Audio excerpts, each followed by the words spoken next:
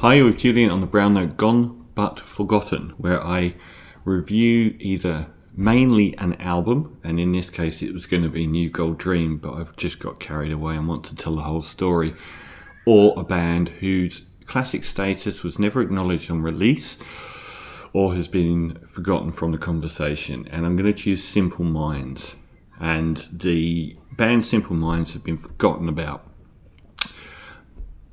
But also the common view of the band of Simple Minds is so wrong. The normal view of Simple Minds is that they were U2 in the 1980s, synonymous with the whole idea of stadium rock, bombast, do-gooding, and Live Aid era. Both bands played in Live Aid, and, you know, conscientious rock stars playing to 80,000 people, bombast, lack of subtlety. This is so not the Simple Minds story. Between 1979 and 1982, so a 4-year period, Simple Minds had the greatest run, the most forward-thinking run of 6 albums that would rival bands like Can or the Beatles, for a 4-year period of forward-thinking, brilliant albums. And they don't get any credit for it now. Every now and again one of these albums pops up and then people say, you know, oh, this is an art house triumph. But really people talk about Don't You Forget About Me. And that's it. So I'm going to run through what was so unbelievable about this 4-year run of just jaw-dropping music. They formed in 77 in Glasgow, and Jim Kerr, the vocalist, and they're still going, not with exactly the same members, but with Charlie Birchall, one of the most underrated guitarists of all time. And that is there's a commonality. Their drummer was amazing. So I think it was Brian McGee back then. Their keyboard player, Mick McNeil, was amazing. But their bass player, Derek Forbes, is only for me in all of alternative British music rivaled by Peter Hook from Joy Division and New Order. He is better, I think. He led more great songs in that 6-album run than I can think of any bass player actually being the lead instrument in. And Charlie Birchall, the guitarist, was very much a proto Johnny Greenwood from Radiohead, in that Derek Forbes set the foundations as a lead player in the way that Peter Hook would, with probably 30 or 40 absolutely knockout of the park bass parts. And Birchall would play over the top of this in a much more textural, future post-rock way. That got lost in translation by the time of Don't You Forget About Me. Their first album, Life in the Day, came out in 1979 and was mocked, and it set them on a path of being almost entirely ignored for years until they actually broke the gates down themselves. Yet along the way, their best music is completely ignored. Life in the Day wasn't a great album, but I think it's a good album, and the analogy I would use is that compared to what's coming, Life in a Day feels like a teenager trying on their parents' clothes. I'm going to dress up as a punk. I'm going to dress up as Roxy Music. I'm going to dress up as a Velvet Underground. And it was a bit cheesy, but I've always gone back to it because it's actually a lot of fun. And tracks like Life in the Day with its waves of synths and Chelsea Girl is just amazing. And I actually like some of the long-form epics. Pleasantly Disturbed I thought was really, really good. It's a fun album to listen to. When I first heard it, this came out in 1979, but when I first heard it, I didn't know who the Velvet Underground were. I knew who the Doors were, I knew who Jimi Hendrix was. I didn't know who Roxy Music were. I didn't know David Bowie's Low. So all of this was like, they invented all of that music, but it wasn't true that they did. But I'm going to give it 7 out of 10. I've always enjoyed going back to it. Over time, that's really, it stood the test of time for being a fun, energetic record. Yet within just over like 6-7 months, They went through something like Robert Johnson at the Crossroads. They came back still in 1979 with Reel to Reel Cacophony, one of the twin pillars of that early era of Simple Minds. There are two albums, the follow-up, which I'm going to get into, and this one that are sort of held up today as art house masterpieces. The album had no bearing at all on the predecessor, Life in a Day. It was an entirely different act. Yes, it had some things that were analogous to David Bowie's Low, or to Roxy Music, or to Brian Eno, or to the experimental music from Krautrock. But this was their voice. Instead of being a teenager dressing up in their clothes, they were a fully formed band out of nowhere. How did they do that? How did they go from a sometimes trite variation on what was common punk music around 1979 and emerge with this alien soundtrack of homogeneous yet completely bafflingly odd? It's not a commercial album. It's not even an easy album to listen to. And you can hear within seconds of it starting, and it does have a sort of Bowie Low vibe on that title track that opens the album. But it sounds so alien and unknowable, and Jim Kerr starts to develop this very sort of either expressionistic or impressionistic lyrical style, which wasn't like anyone else, and their peers were U2, and over this period of those first few years, they so far outstripped what artistically U2 did. The music here is bafflingly odd. Even stuff like Citizen, Dance of Youth, Carnival, Shelter in a Suitcase, it goes off into like tangents of madness, like the band Madness. It is a wild ride, completely not concerned with whether the listener is going to be on board, pushing everything to the absolute artistic limit. And we get this track called Velt, which is based on, I think, a Raymond Bradbury story, which serves as the palate cleanser. After 6 tracks of wild artistic abandon, we get this track about, I think it was about 2 kids sitting in a lounge room where their TVs are on each wall showing the African savannah, and that ends up eating their parents. And I think it was from, I think, a Raymond Bradbury story, I'm not sure. And after that, it's like all of the ideas that made up the disparate nature of the first half of the album snap into focus, and the band snaps into focus for the first time with the back-to-back killer blows of Premonition and Changeling, which open side 2. And these two are absolutely colossal tracks. Premonition is the first time that Derek Forbes' bass leads a track that is of note with a sublime bass line, and it's the closest to hard rock they got. It's an amazing track, and immediately followed by Changeling, which is a very Gary Newman-esque track. At the time Gary Newman himself was coming through, we're still in 1979. Both those, that 1-2 really was the first time they announced themselves as something completely special. But it's an art rock album. It is a masterpiece, and you know, some of the tracks following that, Calling Your Name, is amazing, and Scar is another beautiful, mainly instrumental track that pans it out. It is still a difficult album, but I'm going to give Reel to Reel a 9 out of 10, and that was followed very quickly by Empires and Dance, the James Bradfield lead singer of the Manic Street Preachers' favourite album, and every now and some journalists were picking these albums out and saying this is one of the best albums of the year. No one really cared. They didn't get a whisker near the charts. They were ignored. But why were they making this music in Glasgow? Why were these post-punks who started off feeling like U2 turning even more Joy Division than Joy Division were? Empires and Dance is another masterpiece, and they seem to be trying to make some massive propulsive track on each of these albums, and we got Premonition and Changeling on the last 2. This time the album opens with I Travel. Please look it up. In fact, I did a radio show a few years back, Mixcloud, Julian Brown or the Brown Note, Simple Minds special, going through all of this but playing all of this music. I Travel still sounds like the future. It's incredibly propulsive and frenetic and absolutely stunning. The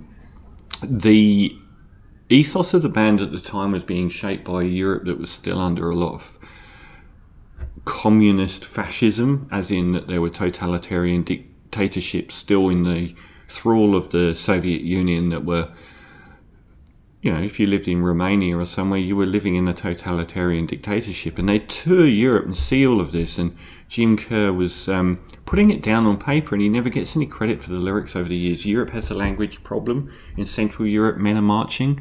It sounds today.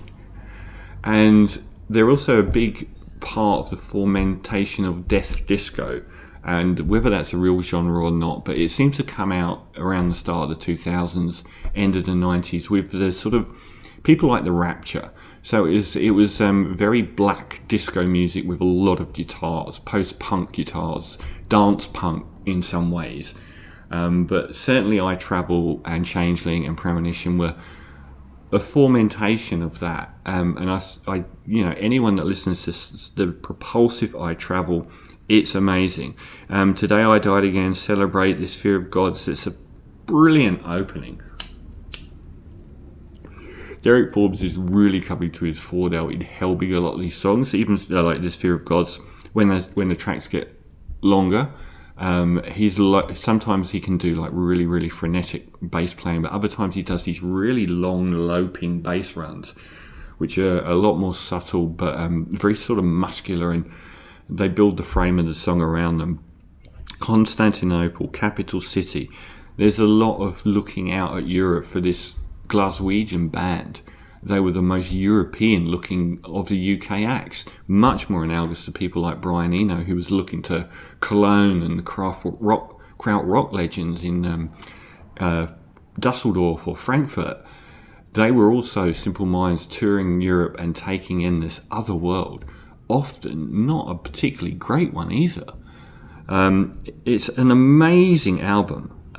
It just shades reel-to-reel cacophony and is a 9.5 out of 10. The most underrated of this period is an album I'm going to treat as one, which is Sons and Fascination / Sister Feelings Call. It's often regarded as a runt of the litter next to Reel-to-Reel and Empires and Dance, and I can see why, but part of that is I treat Sons and Fascination as an album with a satellite EP. There are albums like Screamadelica that came out by Primal Scream that had a satellite EP, like the Dixie Narco EP, which had the 10-minute Screamadelica title track on the EP. That's kind of how I view this. When they released it, they released them both on the same day as part of the same package. That's how I treat them to this day. Sons and Fascination as a full album with a satellite EP of a few extra, sometimes long form tracks that actually expand on the themes of the album. It is the most underrated thing they've done. And the album's got split, and I think that watered it down, because you could end up buying Sister Feelings Call and thinking it wasn't that great, but I don't treat that so much as an album on its own. If you look through the track listing of Sons and Fascination, it opens with just an amazing run, and the bass playing by Derek Forbes across this album is, I think, as good as any alt-rock bass playing in history. He helms nearly every track here. So we get some long-form tracks like Entrance as Mission, and some of this music would get picked up by the Balearic House movement at the end of the decade. It's still incredible to think that they've moved so far from 1979 to 1981. It's just incredible. Sweat and Bullet, Boys from Reveal, 70 Cities as Love Brings a Fall are three propulsive tracks in that mode of them trying to do propulsion. And some of that Sweat and Bullet is the closest they would come to sort of bass heavy Duran Duran style of that era. Very, very sort of 80s sound in the bass playing department, like you get on a Spandau Ballet Good song or a Duran Duran song from the era. But it was Love Song which opened side 2, which was their best version of that sort of Premonition style track. and it's just fantastic. Hear it, it's amazing. Love Song, Simple Minds, it still sounds phenomenal. Ironically, it was written as a joke when their record label was saying, you know, you sell 10 records every album. But like U2, they were phenomenal live and building up a reputation of constantly touring, which is what happened to U2 in America. They built it up over touring, over time, and Simple Minds was starting to reap the rewards. Love Song was actually a small hit record. And Seeing Out the Angel, which ends the album, is these beautiful pulsing synth bass, which are very much pointing towards what would be their flat out masterpiece coming, New Gold Dream, and you can hear that on Seeing Out the Angel. But then you get the Sister Feelings call tracks, and the 1-2 that opens that album, Theme for Great Cities, started appearing on trance soundtracks for, you know, when you used to get DJ mixtapes 10 years later. This was very forward-thinking music. This is an instrumental. It's got like they were really ahead of the curve on these driving arpeggiated synth lines, and you know, you can isolate bits of it and you could put them in synth music to this day, and that's a phenomenal track, as is the American, which has got like a minute of Birchall's wah wah wiki wah wah guitar, which is just phenomenal. So I don't think that I treat that as an album more than I treat it as an exploration of the ideas. Here's a side album that's short, and it serves as a coda to the album. So I'm going to review it once and give it a 9 out of 10.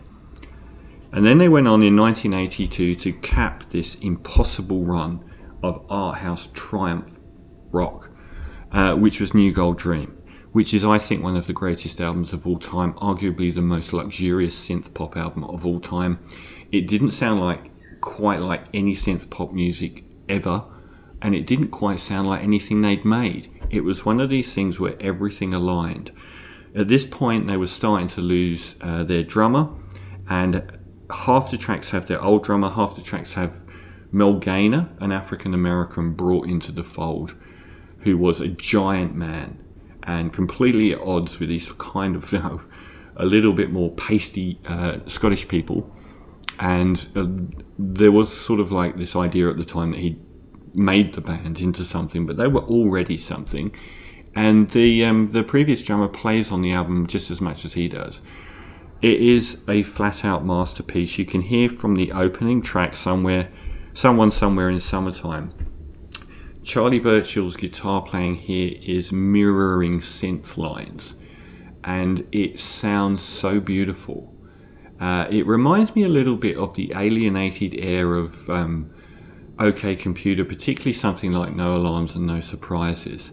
It's very, very pretty, and it's very sort of lost feeling. Every track on here is in its right place. There are the more sort of possible pop single relation tracks like Somewhere, Someone in Summertime, and Promised You a Miracle, which is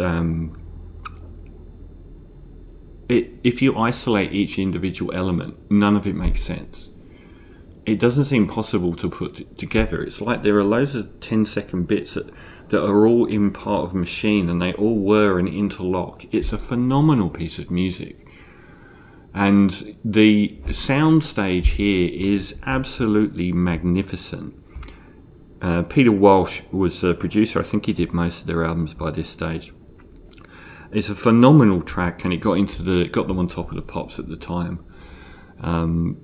And Glittering Prize was the other main single on the album, which has got a phenomenal bass line. It's an unforgettable bass line. It's probably the least interesting track on the album. But the heart of the album, I think, is the long-form track. So we get a couple of instrumentals like Colours Fly and Catherine Wheel and Somebody Up There Likes Me, which are pure instrumental moods. The production here is, I remember going to Glasgow, because I used to live in Edinburgh, going to the Lynn Hi-Fi store. These were the people that made very high-end stereos, amplifiers, speakers, and they used to test their stuff on the Blue Niles albums from that same era because of how well they were produced. This, I bet, was something they tried out on, because the soundstage of the drums, the synth, the guitar lines, and the vocals is so beautifully put together. The drumming and the bass lines here are so interlocked, and it sounds so full and so rich that I think there was a bit of a joke in the English music press about sonic cathedrals of sound, which came from this album. People calling it a sonic cathedral of sound because it sounded quite churchy. And the lyrics by this stage were so abstract. And it was just an unbelievable album. It's heart of the longer form tracks. The Big Sleep, which has got this wailing guitar going through the end, and Hunter and the Hunted and King's White is in the crowd. Hunter and the Hunted might even be the best thing on the album. It's a brilliant track, but then after 4 minutes they get this astonishing keyboard solo from Herbie Hancock. How the hell was Herbie Hancock there to do a keyboard solo? It's phenomenal. And the title track, New Gold Dream, 81, 82, 83, 84, really nails, like Derek Forbes has got this furious bass line going, and it's got these huge colossal drums, but all the arpeggiated synth lines that are really frenetic. It's so huge and colossal. It is, for me, one of the greatest albums of all time. I think it's amazing. And that is the end of that run. So New Gold Dream is a flat 10 out of 10 masterpiece. And that's what I was going to do this piece on. A flat 10 out of 10 masterpiece for New Gold Dream. But I needed to tell the whole story. And for many people,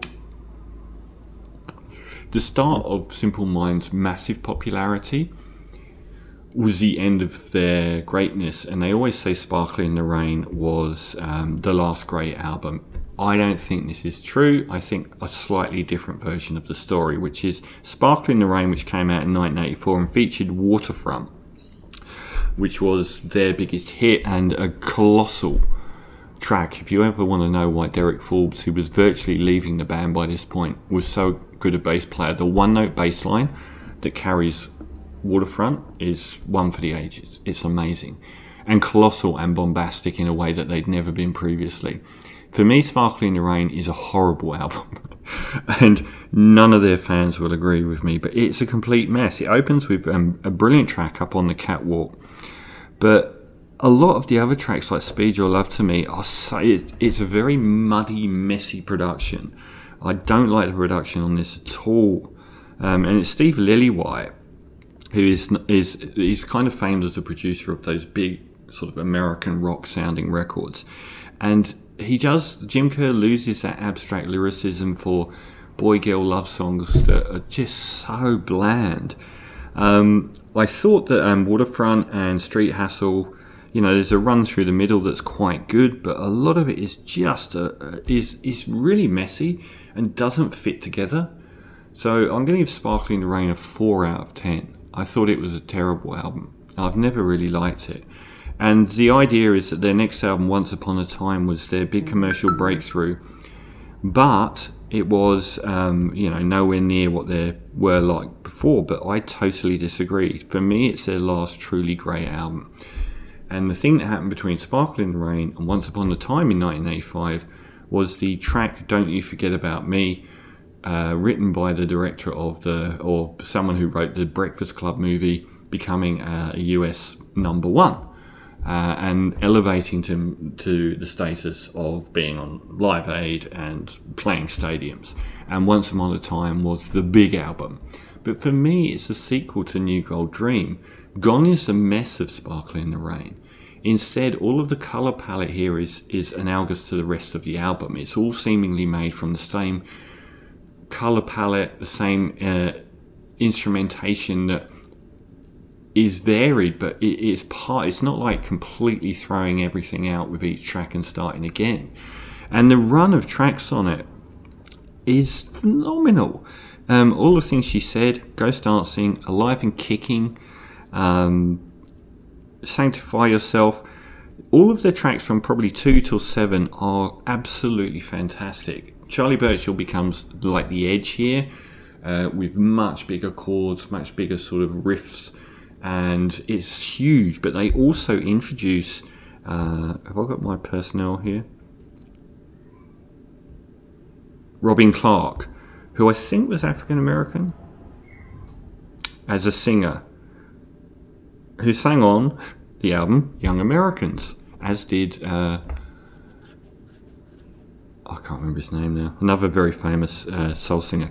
The addition of her as a vocalist, I think, is something that's been copied by other white British rock bands and even American ones. She's not a backing singer as much as a co-lead vocalist alongside Jim Kerr here. The Happy Mondays did it with rote. The Primal Scream have done it, and the Afghan Wigs did it on like an album like 1965, where you've got this very powerful, soulful black female voice alongside this less powerful white voice, and it completely lifts everything. I think Once Upon a Time's a great album, and tracks like Alive and Kicking and Sanctify Yourself are just phenomenal. I mean, you can say what you like about them being bombastic or not art house anymore. I still think it's a solid 9 out of 10 as an album. And I'm going to end things with Street Fighting Years. After Once Upon a Time, the band disappeared for 4 years, touring, releasing double live albums. But one thing they did, and they don't get any credit for, and it gets hoovered up in the notion of sanctimonious Bonos telling you what to do, is the Mandela Day concerts. U2 never had their own. U2 were at Live Aid. Simple Minds had the Mandela Day concerts. This was late 80s, the UK, Margaret Thatcher in power, who had said that Nelson Mandela was a terrorist and was big friends with Pinochet from Chile and big friends with the South African apartheid regime. Simple Minds helmed a concert called the Mandela Day concert, and the track Mandela Day nearly topped the UK charts. A beautiful track, actually. And they helmed this concert that had, everyone. Every time that, I think you always got variants of Eric Clapton and Dire Straits at these things. But it was a magical day, and it was all about Nelson Mandela. Why they deserve credit is the fact that they played this same concert as the lead act probably a couple of years later to the same 90,000 people at Wembley Stadium with Nelson Mandela in the audience, because apartheid had ended. Did Simple Minds end apartheid? No. The cultural boycott was probably one of the key elements in ending apartheid, and the Simple Minds led Mandela Day concert was one of the most prominent global events attached to it. Enough so that Nelson Mandela himself made a point of being in that crowd. So I think they deserve a lot of credit for that, which they don't get. And Street Fighting Years was a huge hit in the UK, less so in America, where they'd kind of gone off the boil. And the main track, Belfast Child, was like nearly a #1 as well. They covered Biko. It's not a good album. I think the first half of it is just so wayward and so tepid. I actually kind of like the much softer second half of the album, where Mandela Day and Belfast Child and Biko come in, where it's a lot more gentle, and I think that's best embodied by the track Mandela Day as well. So it's an F album for me. It's got some big moments, but overall as an album it just doesn't pan out. And I tried Real Life that came out after, but for me their period had ended. But I just wanted to go through that golden period of that first run of 5 or 6, dependent on how you're looking at it, albums, particularly the masterpieces of Reel to Reel Cacophony, Empires and Dance, Suns and Fascination, and the flat out 10 out of 10 New Gold Dream.